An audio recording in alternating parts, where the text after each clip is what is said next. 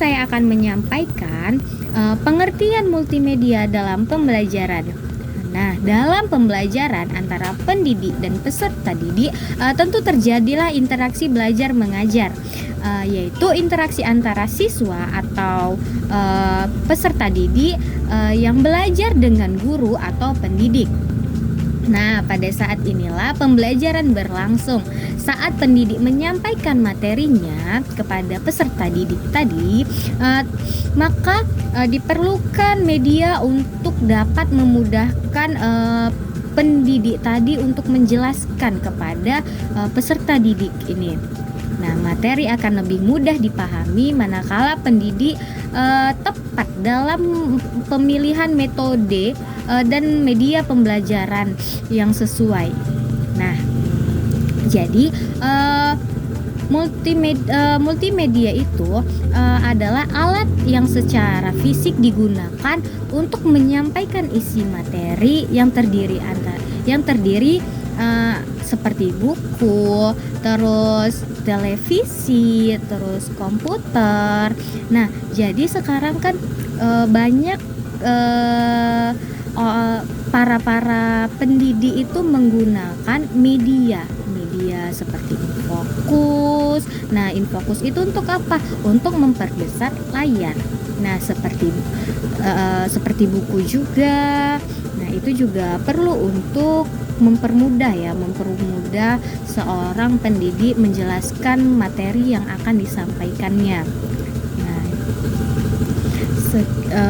terus sedangkan menurut Briggs, media pembelajaran adalah saran fisik untuk menyampaikan pikiran atau isi materi seperti buku. Nah, itu tadi. Nah, itu menurut Briggs.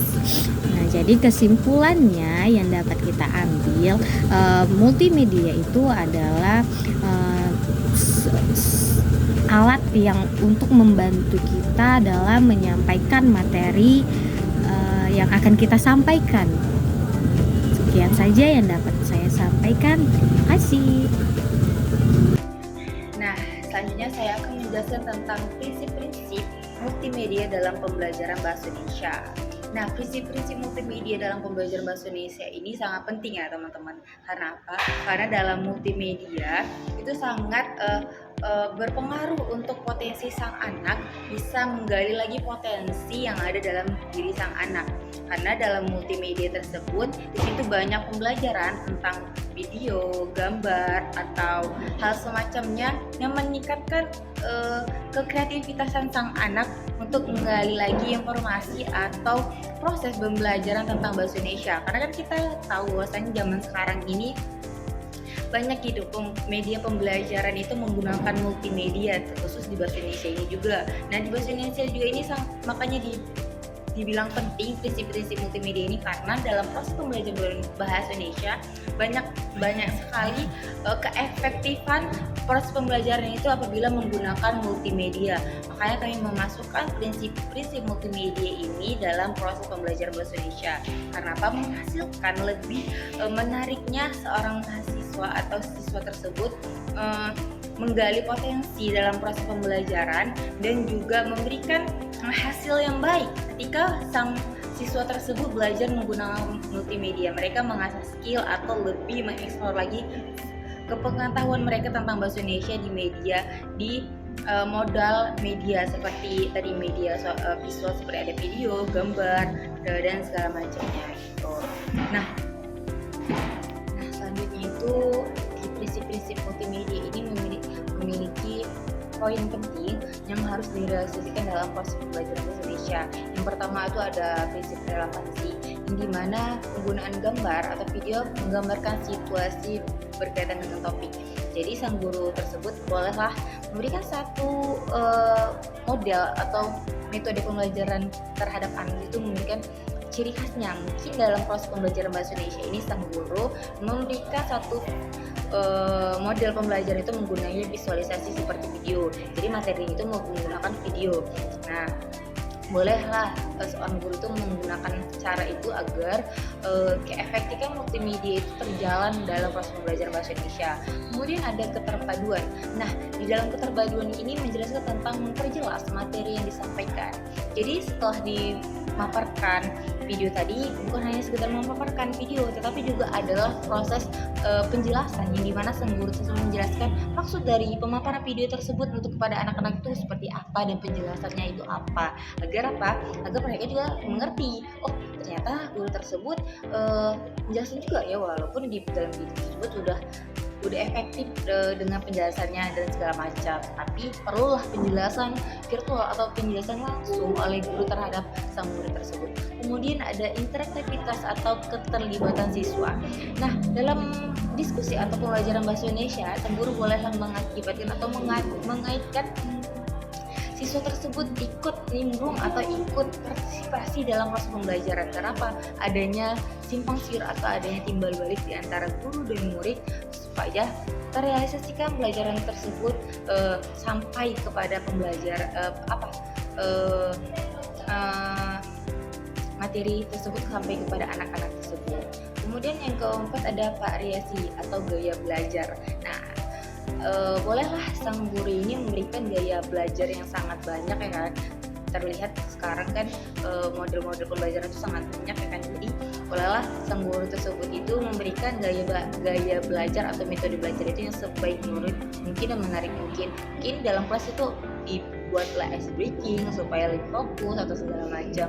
Jadi perlu juga di dalam prinsip multimedia tersebut. Kemudian ada pengolahan beban kognitif. Nah, pengolahan beban kognitif ini sangat penting. Karena apa? Karena banyak sekarang guru-guru itu menjelaskan tetapi tidak memahami berapa kapasitas kognitif sang anak. Kemungkinan sang anak tersebut belum paham dengan materi yang kita bawakan. Contoh, kita belajar bahasa Indonesia di kelas 1 SD, tapi kita membawa materi di kelas 6 SD. Itu kan sangat tidak simpang siur banget, sangat bertolak belakang dengan materi dan kelas mereka ya kan. Padahal kan mereka seharusnya diberikan pembelajaran khusus untuk kelas 1 SD, tapi sang guru memberikan materi tentang kelas 6. Nah, itu adalah sangat tidak baik dan bertolak belakang sama kognitif tersebut. Jadi sang guru itu harus memporsikan sesuai dengan kapasitas kognitif sang anak supaya sang anak menerima apa yang disampaikan dari seorang guru. Kemudian ada konsisten. Nah, konsisten tersebut ini maksudnya apa? Dalam penggunaan multimedia ini perlu namanya konsisten. Kalau misalnya kita menggunakan multimedia secara baik dengan siswa dan diterima baik dengan siswa, boleh dilakukan secara konsisten. Agar apa? Agar keefektifan kelas belajar menggunakan multimedia ini berjalan dengan baik dan menghasilkan yang puas, hasil yang baik dan puas. Agar apa? Agar sang anak itu paham dengan betul isi materi yang dibawakan sang guru, agar mereka tidak bersangka tentang ibu ini yang memberikan proses pembelajaran multimedia yang baik kemarin, tapi sekarang nggak menggunakan lagi, sehingga kami kecarian dan kami lebih nyaman yang di proses pembelajaran yang lampau gitu. Jadi kesinambungan setelahnya mereka lebih malas untuk proses belajar lagi karena mereka lebih suka metode pembelajaran yang sebelumnya gitu. Jadi seorang guru tersebut juga perlu konsisten dalam penggunaan multimedia dan lebih menjangkau kenalaran sang siswa tersebut. Kemudian ada atensi. Nah, prinsip atensi di sini maksudnya itu menarik perhatian siswa. Janganlah seorang guru itu menjelaskan materi tetapi asik sendiri. Bolehlah diajak si siswa tersebut untuk menjelaskan apa yang disampaikan.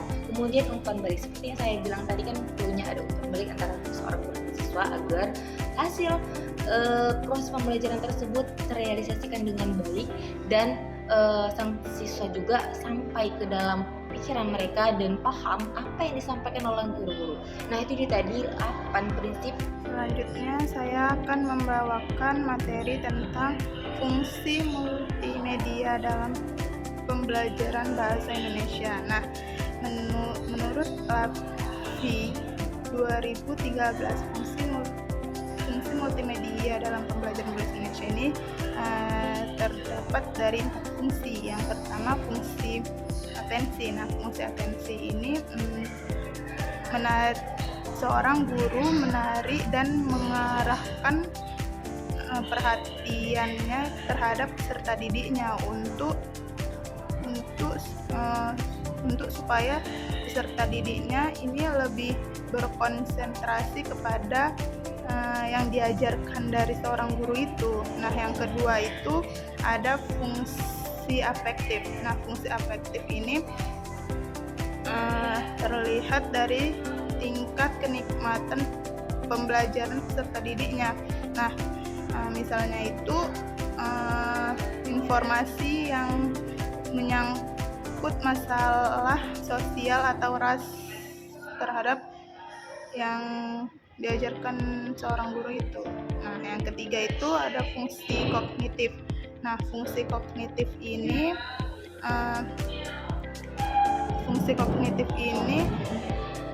mengungkapkan atau memperlancarkan pencapaian tujuan untuk memahami dan meningkatkan informasi yang disampaikan seorang guru itu. Nah, yang keempat ada fungsi kompensatoris. Nah, fungsi kompensatoris ini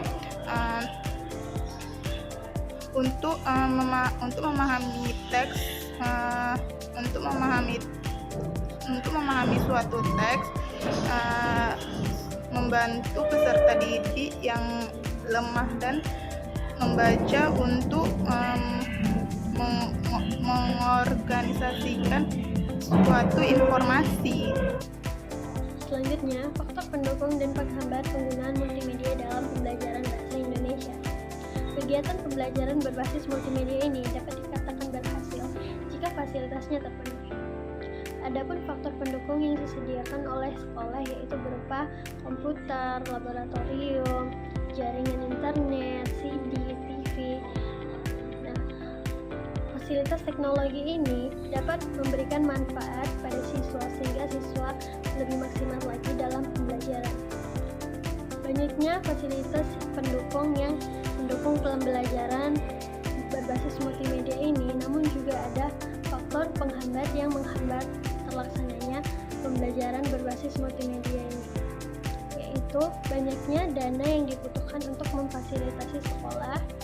Yang kedua itu banyaknya listrik yang dibutuhkan. Yang ketiga itu susahnya atau sulitnya akses internet di pedalaman. Yang terakhir, penggunaan radiator yang dibutuhkan ketika listrik mati atau padam. Selanjutnya, di sini saya akan menjabarkan mengenai materi tentang faktor pendukung dan juga penghambat proses pembelajaran bahasa Indonesia dengan menggunakan multimedia. Nah, tentunya ketika ada faktor pendukung, pasti ada faktor penghambat.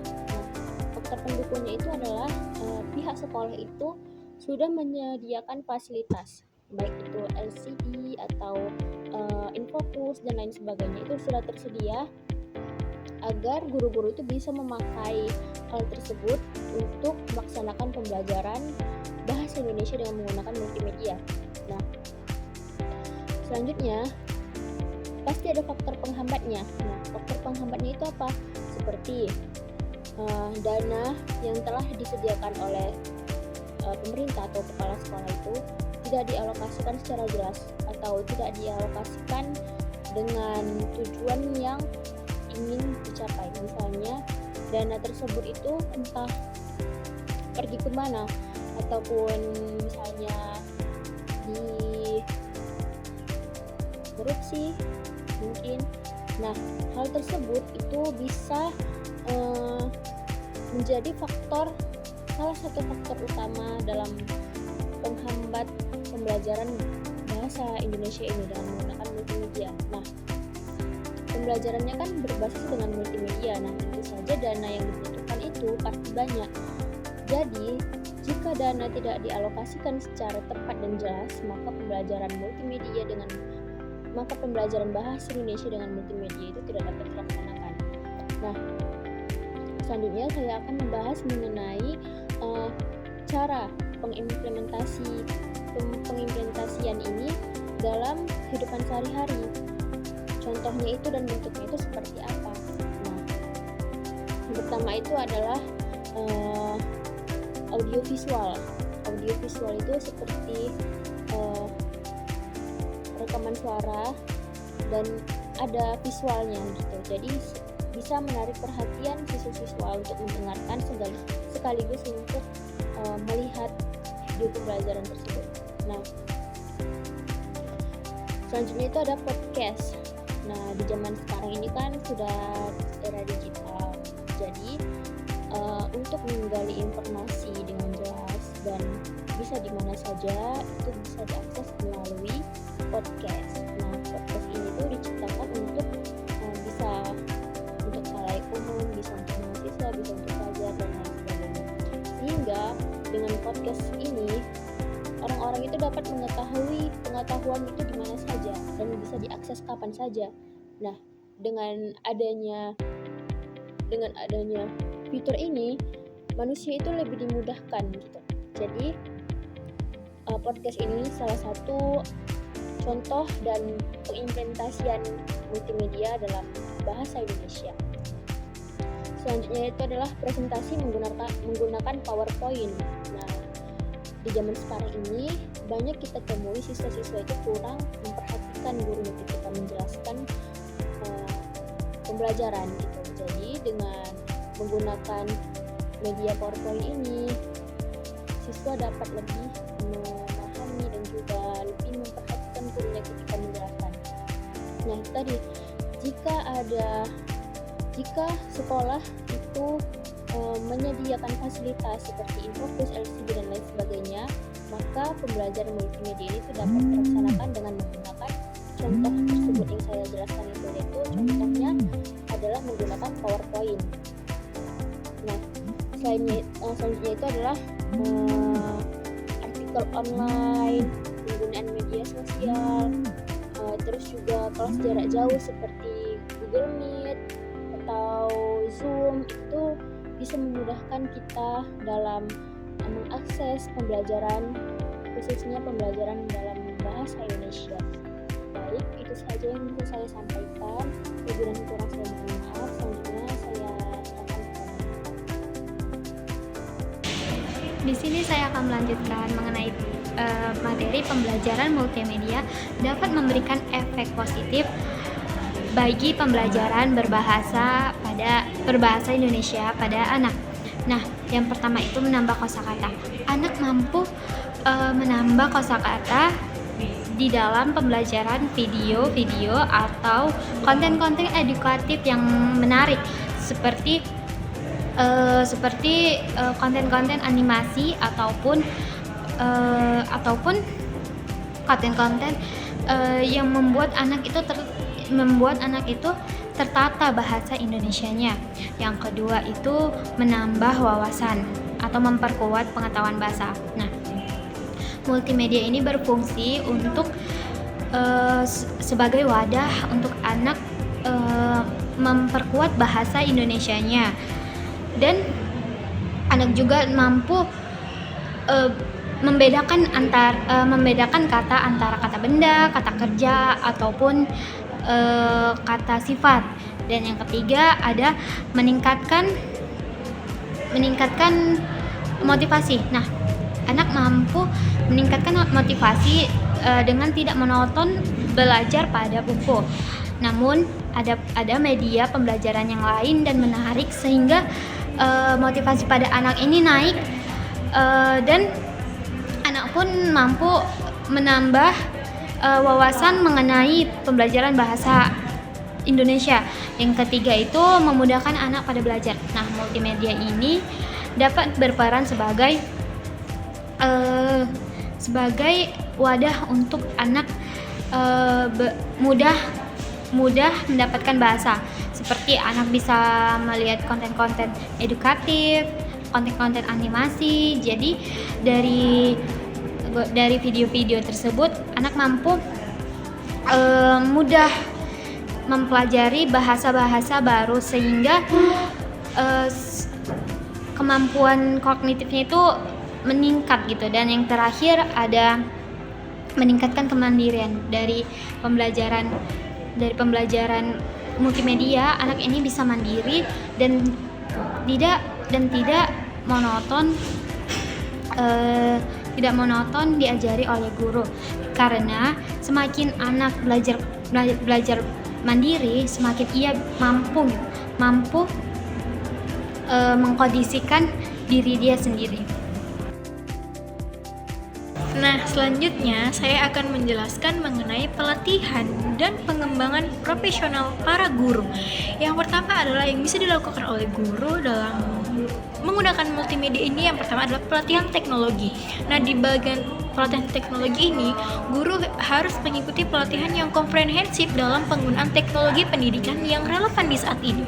Pelatihan ini meliputi seperti pemahaman tentang perangkat keras, perangkat lunak, dan kemampuan dia dalam menggunakan teknologi.